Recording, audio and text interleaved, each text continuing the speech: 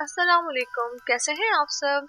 मेरा नाम है सहार अली। उर्दू स्टोरी चैनल सहार वाइज में आप सबको खुशामदीद।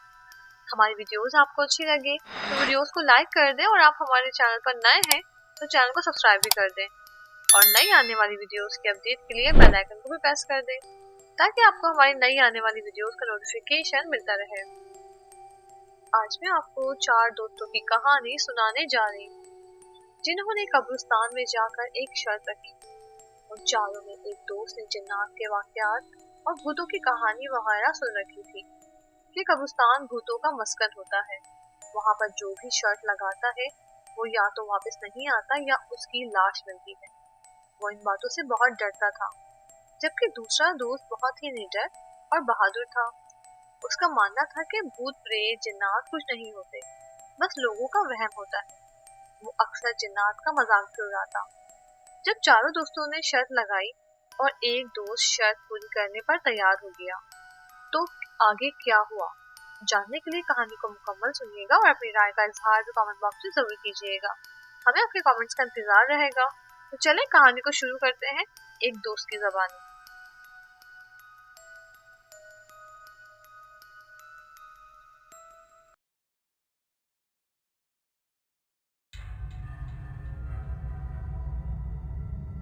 ये सच्चा वाकया सन 2001 में पेश आया। इन दिनों मोबाइल फोन तो थे, लेकिन अभी तक हमारे गांव में इंटरनेट नाम की कोई शय मौजूद ना थी। लिहाजा वक्त गुजारी के लिए रोजाना की बुनियाद पर हम 4 दोस्त रात को घरों से बाहर चरपाई ले जाते और वहां बैठकर बातें करते। गर्मियों का मौसम होता, बिजली मामूल के मुताबिक नहीं होती, सो रात देर तक हम गपशप में मसरूफ रहते। एक दिन हमारी बात जिन्नात के वाकयात पर होने लगी। ऐसे वाकयात में बहुत शौक से सुनता था, लेकिन अंदर से बहुत डरता भी था। मुझे जब भी डर लगता मैं सलीम को अपने साथ कर लेता, लेकिन सलीम पर जाहिर नहीं करता कि मुझे डर लग रहा है। सलीम को इन सब बातों पर बिल्कुल भी भरोसा नहीं था, और वो उस दिन भी उन बुजुर्गों के जिन्नाती किस्से कहानियों का मजाक उड़ाने लगा। लिहाजा वसीम ने सलीम से कहा कि तो फिर ठीक है, शर्त लगी, तुम अगर कब्रिस्तान की फलाह कब्र पर ये गंदा रुमाल और उसके ऊपर ईंट रखकर आ गए तो मान लेंगे तुम्हें। सलीम बोला, अगर मैं रख आया तो तुम्हें अच्छे होटल में मुझे खाना खिलाना होगा।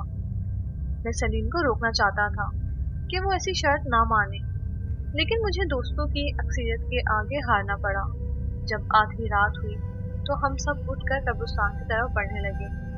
मेरे जहन में पहले से सुनी हुई कब्रिस्तान की कहानियां घूमने लगी कि एक बार ऐसे ही किसी ने शर्त लगाई थी और वो वापस ना आया, और ये कि अगर कभी भी जिन्नात पर शर्त लगाई जाए तो वो अमल उन्हें बिल्कुल पसंद नहीं आता, जिस पर वो और ज्यादा तैश में आ जाते हैं। एक बार तो ये सुनने को मिला कि किसी ने शर्त लगाई और 2 दिन बाद लाश नहर के किनारे से मिली, और एक दिन तो वहां से बच्चों के रोने की आवाजें भी आ रही।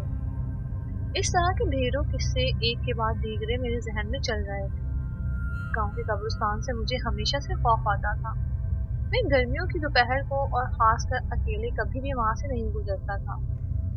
वहां पर बरगद का दरख्त मौजूद थे, जिसकी शाखें झुककर जमीन पर आ गई। हम बचपन से उसे देखते आ रहे हैं। मुझे हमेशा उस दरख्त से खौफ आता था, जैसे वहां जिन्नात का बसेरा हो। मेरे जहन में अचानक से ख्याल आया कि जहाँ सलीम ने अपना रुमाल रखा है वो कब्र भी तो उसी दरख्त के नीचे है। वो कब्र एक बुजुर्ग की थी, जिनके बारे में कहा जाता था कि वो जिंदा पीर थे। उनके बहुत से मुरीदों में जिन्नात भी थे। यूं ही सोचते सोचते हम मंजिल के करीब आ गए, जहाँ हमें रुकना था। यहाँ से सलीम को अकेले आगे जाना था। मैं तब भी इस खेल को रोकना चाहता था। सलीम चला गया और हम वहीं रुक गए, एक दूसरे को चुपचाप दिखने लगे।